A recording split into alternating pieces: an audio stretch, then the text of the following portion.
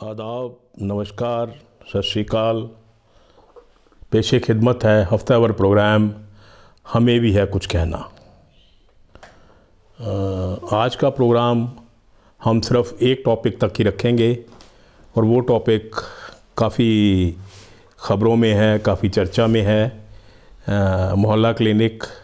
लेकिन उससे पहले हम एक मुख्तसर सी बात पंजाब के वज़ीर ख़ज़ाना, पुराने वज़ीर ख़ज़ाना जो थे, जो बहुत शेर व शायरी करते हैं, उनके बारे में कुछ कहा, उनसे कुछ गुफ्तगू करना चाहेंगे 1-2 मिनट की।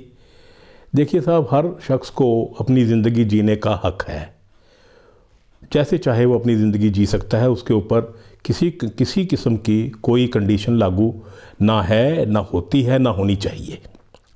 अब पुराने जो वज़ीर ख़ज़ाना हैं वो ए पार्टी में रहें, बी में रहें, सी में रहें, डी में रहें, उनकी मर्ज़ी है, किसी को कोई फ़र्क नहीं पड़ता। उनको जो ठीक लगता है, जो उनको सूट करता है, उनको वैसे ही करना चाहिए था और वैसे उन्होंने किया। और हो सकता है कि आने वाले कुछ महीनों में, सालों में जो पार्टी उन्होंने ज्वाइन की है वहाँ भी शायद उनकी दाल ना गले तो वो आम आदमी पार्टी में चले जाएं, बीएसपी में चले जाएं, क्योंकि ऐसे लोगों का ऐसे ही चलता है सर।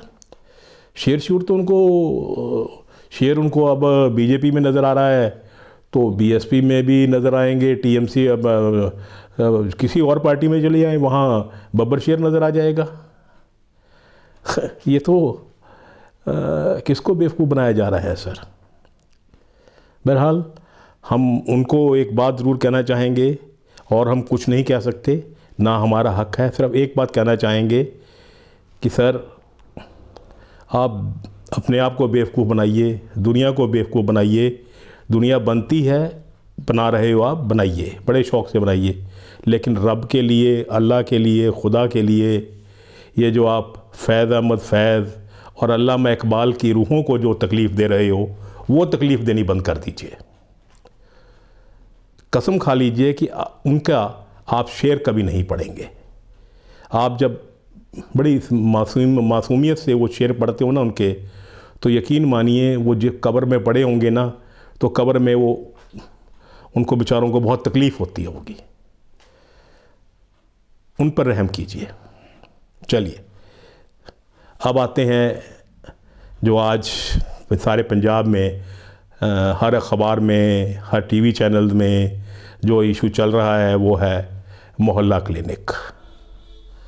पंजाब सरकार 500 मोहल्ला क्लिनिक 27 जनवरी को शुरू करने वाली है।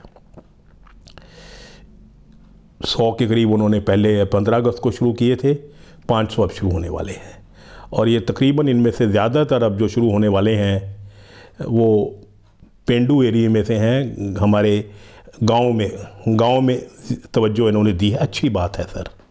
देखिए मान साहब, आपकी नीयत पर शक नहीं है, बिल्कुल शक नहीं है। आपकी सोच अच्छी है, आप पंजाबियों के लिए सोचते हो, उनकी सेहत के लिए सोच रहे हो, उनकी तालीम के लिए सोच रहे हो, सोशल सिक्योरिटी के लिए सोच रहे हो, बहुत अच्छी बात है। लेकिन मान साहब, दुख के साथ कहना पड़ता है, अफसोस के साथ कहना पड़ता है कि आपका तरीका गलत है सर, बहुत गलत तरीका है ये। अब मैं आपको बताता हूँ, मैंने थोड़ी सी कुछ लोगों से मुलाकात की, बातचीत की, तो मुझे ये बताया गया कि आज की तारीख़ में पंजाब में जो रूरल डिस्पेंसरीज़ हैं, रूरल डिस्पेंसरीज़ कहते हैं मान साहब पेंडू डिस्पेंसरीज़ जो गांव में हैं, वो 540 medical officer, 540 rural dispensary Punjab के 23 ज़िलों में काम कर रही हैं। 700 डिस्पेंसरीज़ खाली पड़ी हैं, वेकेंट हैं सर। अब आपने 500 मोहल्ला क्लिनिक खोलने हैं 27 तारीख को, तो एक बात समझ से बाहर है। आपकी सरकार में से कौन समझाएगा, कैसे समझाएगा, ये मेरी समझ से बाहर है कम से कम। कि जो एग्जिस्टिंग जो पेंडू डिस्पेंसरीज़ हैं, जहाँ बिल्डिंग है, जहाँ डॉक्टर है, जहाँ फार्मासिस्ट है, जहाँ क्लास 4 है, तो वहाँ ये मोहल्ला क्लिनिक क्यों नहीं खोले गए? क्या दिक्कत क्या है आपको वहाँ खोलने की? वो कोई जो वहाँ वो काम कर रहे हैं डॉक्टर्स और पैरामेडिकल और पीएन, वो चीन से थोड़ी आई हैं, वो हमारे पंजाब के ही हैं सारे डॉक्टर, पंजाब के ही पैरामेडिकल हैं, पंजाब के ही वो पीएन लगे हुए हैं।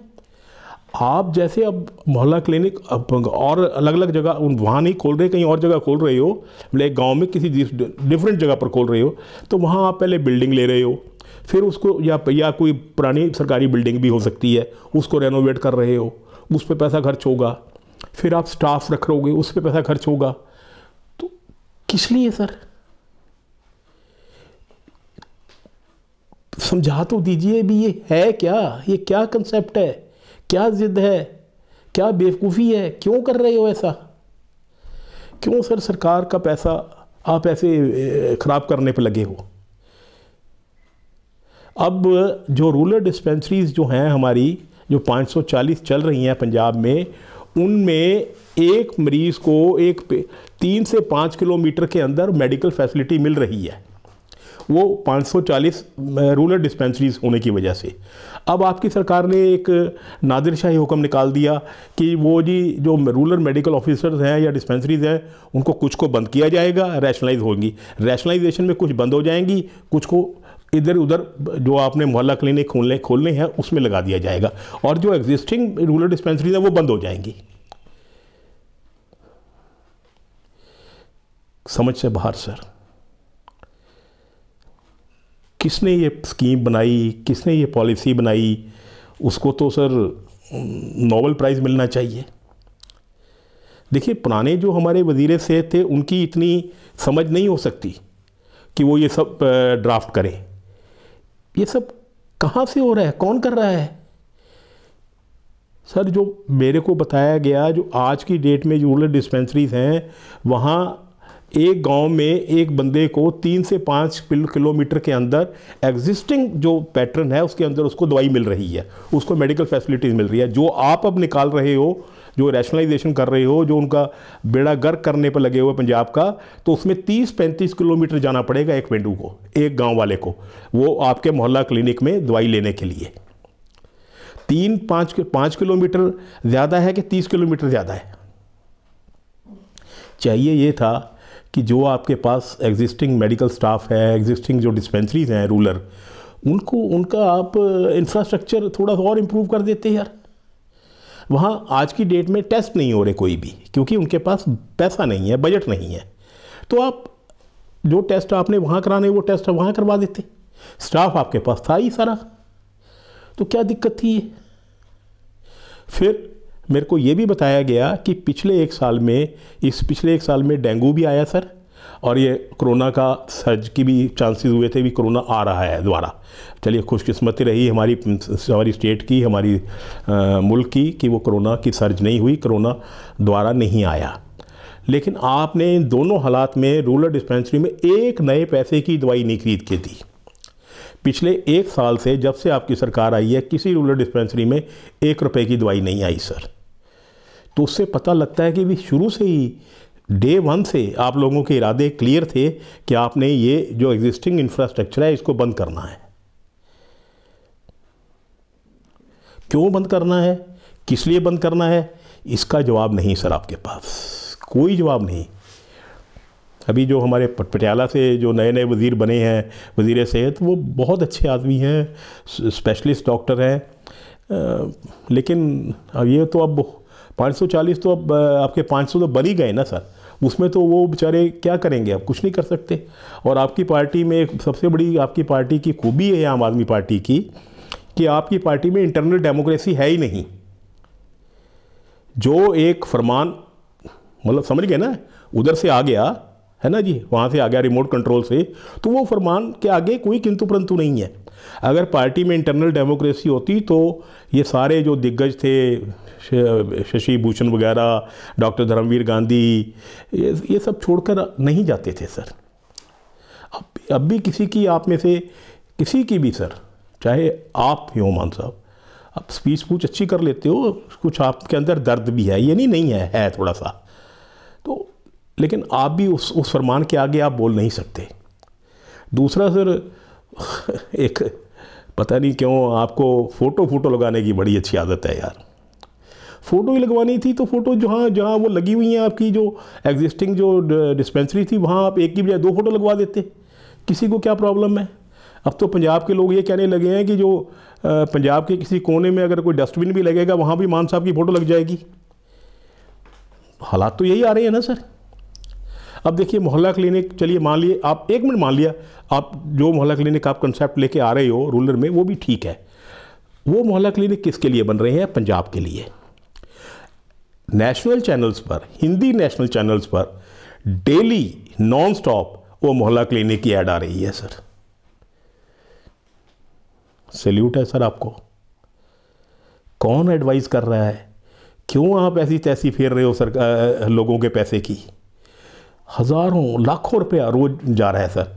वो ऐड अगर गुजरात में कोई देख रहा है, वो ऐड कोई मोहल्ला क्लिनिक की ऐड अगर कोई बिहार में देख रहा है, मोहल्ला क्लिनिक की ऐड कोई कश्मीर में देख रहा है, मोहल्ला क्लिनिक की ऐड कोई तमिलनाडु में देख रहा है, उसको इस मोहल्ला क्लिनिक से क्या मिलेगा और आपको वहां दिखाकर क्या मिलेगा? बाबा जी को ठुल्लू क्या यार, समझ से बाहर सर। आपकी सरकार ने सर 10 महीने में अच्छे काम किए हैं, ये नहीं किए हैं, लेकिन पैसा आप लोगों ने इश्तिहारों पर इतना खर्च किया है जो आज तक हिंदुस्तान में किसी सरकार ने इतने कम टाइम में नहीं किया। आपकी देखम देखी वो मेंढकी को भी जुकाम हो गया। मेंढकी कौन? हिमाचल जो कल मिनिस्ट्री में नहीं है, सुक्खू जी की। सुक्खू जी ने वो OPS लागू की, ओल्ड पेंशन स्कीम, उन्होंने भी 2 पेज अखबारों के भर दिए कि वो देखिए जी सुख की सरकार OPS लागू की 1,40,000 कर्मचारियों के लिए और पेंशनर्स के लिए। तो सुक्खू साहब आपने तो, आपकी सरकार ही बनी इसलिए थी, नहीं तो आपकी सरकार बनती ना अगर आप ये OPS ना कहते। तो कौन सा तीर मार दिया यार। लेकिन वो कहते, मैंने कहा ना मेंढकी को देख के दूसरी मेंढकी को जुकाम हो गया। उसने देखा, सुक्खू साहब ने देखा कि मान साहब रोज़ अखबारों इश्तिहारों में आते हैं, TV पे आते हैं, तो उसने कहा चल मैं भी बहती गंगा में हाथ धो लेता हूँ, मेरा चेहरा कौन सा बुरा है। फिल्मों के शौकीन वो भी रहे हैं, हमने को पता लगा है कि वो भी फिल्म में देखा करते थे। तो उन्होंने कहा चलो भाई मेरी फ़ोटो भी लग जाएगी। आपने सर पंजाब का इतना पैसा बर्बाद किया, आपकी सरकार ने इतना पैसा बर्बाद किया है 10 महीने में इश्तिहारों के ऊपर, इतना पैसा बर्बाद किया है। उस पैसे से मैं दावे से कह सकता हूं कि पंजाब में 2 मेडिकल कॉलेज बन जाते सर, या जो 3 सरकारी मेडिकल कॉलेज हैं, पटियाला, अमृतसर, फरीदकोट, मोहाली तो अभी खैर पेशेंट नहीं देखने शुरू हुए, ये 3 मेडिकल कॉलेज की कायाकल्प हो सकती थी सर। इन मेडिकल कॉलेजेस में MRI नहीं है सर, एक MRI है, 100 MRI, 200 MRI रोज़ होती हैं। एमरजेंसी सर्विसेज नहीं है, ट्रॉमा सेंटर नहीं है, तो वहाँ काम करते यार, इश्तिहारों पे लगे हुए हो। आदमी का काम बोलता है मान साहब, इश्तिहार नहीं बोलते। अगर इश्तिहार बोलते होते तो चन्नी साहब की सरकार कभी ना जाती। अभी भी वक्त है सर, अभी भी वक्त है। अभी और आपने क्लिनिक खोलने हैं, मोहल्ला क्लिनिक खोलने हैं। अगले हफ्ते जो स्कूल ऑफ एमिनेंस का आपने जो पंगा डाला है उसके ऊपर आपसे बात करेंगे। रोक लीजिए सर अपने कदम। अगर आप वाकई सही सच बोलते हो, मान लेते हैं सच बोलते हो, रंगला पंजाब आप बनाना चाहते हो, तो रंगला पंजाब इन हरकतों से, इन कामों से नहीं बनने वाला सर। 4 साल निकल जाने हैं सर। मैं जैसे पहले कहता था, बहुत बुरा लोगों ने करना है सर आपके साथ अगर यही काम करते रहे। मैं फिर कहता हूं सर, आप लोगों की नीयत अच्छी है, इरादे अच्छे हैं, पर तरीका गलत है, राह गलत है। अब मैं इससे ज़्यादा और क्या कह सकता हूं सर। आप बहुत सियाने हैं, बहुत बड़े बड़े एडवाइज़र हैं आपके साथ। वो मुझे बहुत मुख्तसर सा शेर याद आ गया, बेवसारत सी बस्ती है यारो। बेवसारत कहते हैं अंध, जो देख ना पाए, अंधे। बेवसारत सी बस्ती है यारो, आईना हम किसको दिखाने निकले। खुदा हाफिज़, शुक्रिया, थैंक यू।